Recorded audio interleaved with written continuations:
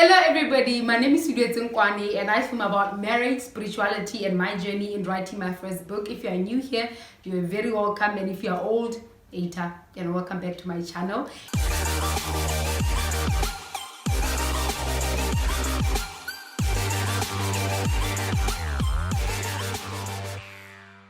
In today's video, I want to talk about breakups. Obiageli, there's something I've been wanting to tell you. This relationship are no longer having class. When you realize that the relationship that you are in is toxic, when you notice that the relationship that you are in is not going anywhere, you are losing yourself in the process, you can't even recognize yourself anymore, things are just not working out in a way that you desire a relationship to work, to work or to function. And then you realize that, I can't take this anymore. Probably the relationship is making you do things that in your normal senses you don't really want to do. You are in a relationship for the sake of being in a relationship, but there is no purpose in that relationship and you do not see a future.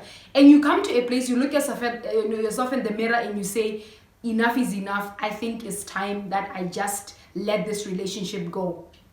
You see, that's not a very easy decision to make. I want you to understand something, that when you come to that decision, the first thing that you should know is that feelings are slow. That's the first thing that you need to know. That is to say that it will take time for them to catch on to your decision. Feelings, decision, they're never on the same page. So when you make that decision, you should understand that feelings, it will take time for them to catch up. Feelings are slow and feelings are limited. They're limited because it's not everybody that you're attracted to, that you're compatible with anyway.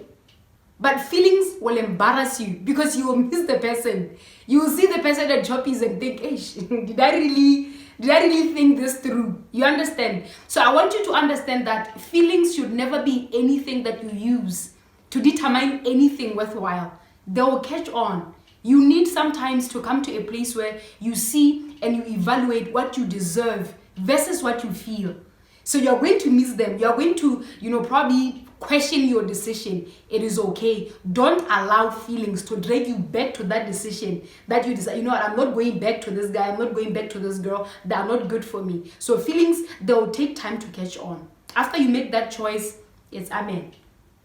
So the second thing that I want you to understand about breakups is that everybody falls in love again. I feel that sometimes when you are in toxic relationships that this is not going anywhere, that we know that, look, I think I deserve much better than this. The reason why we continue staying in such relationships is fear. So this fear keeps you in this relationship, even though you deserve much better. And you and I know you deserve much better. But you stick around because you are wondering, starting all over again, can I really afford that? And you are wondering, will I ever find somebody who will love me or who understands me like this person? I have news for you. The truth is, everybody falls in love again.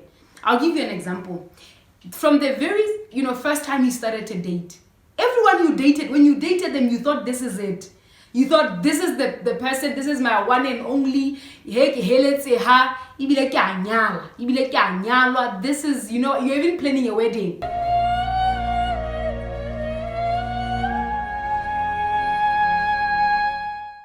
But somehow, somewhere, things didn't really work out. So this is to show you that everybody falls in love again. You can never, you can never know what will happen next. So you should never deprive yourself of a brighter future and just your present. Everybody falls in love again. I know you're scared. You're probably wondering, oh my God, I'm never going to find somebody who understands me like this person. And the fear of starting all over again. I've been there. But everybody falls in love again. That lie that puts you in that place, Hori, you will never find somebody like this person. Look, it's a black lie.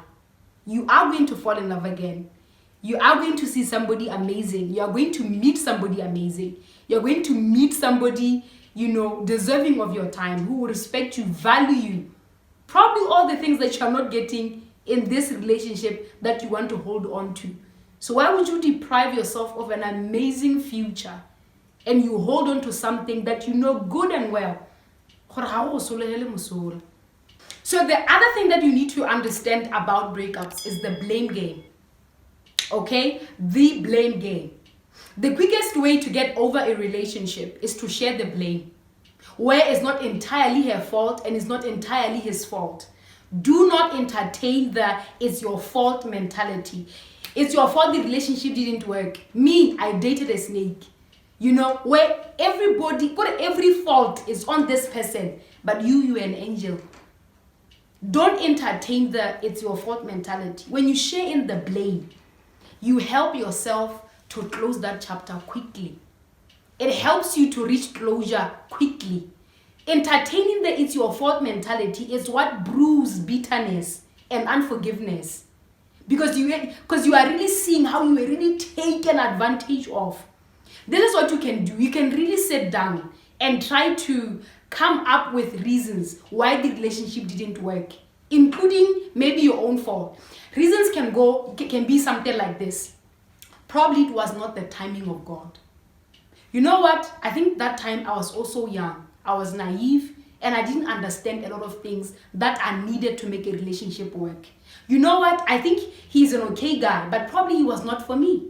You know what? I know that this relationship didn't really work out and he had his mistakes, but guess what? I also had my mistakes. Probably I was disobedient. God told me not to date him, but I ended up dating him. What I'm trying to show you is that you also, if you really look deep, you realize that you also had a part to play. You also realize that, you know what, this helps you, also like a fresh air.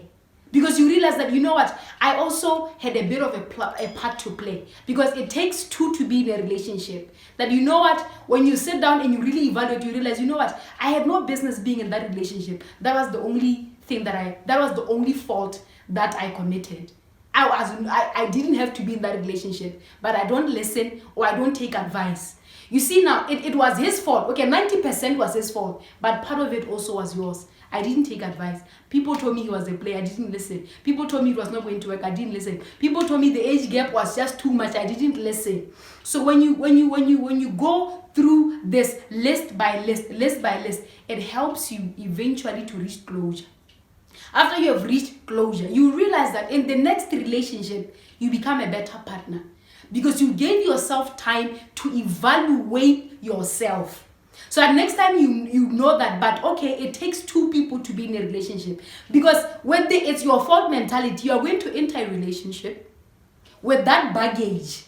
And you don't also see that, but I also have to polish myself to be a better companion to the other person.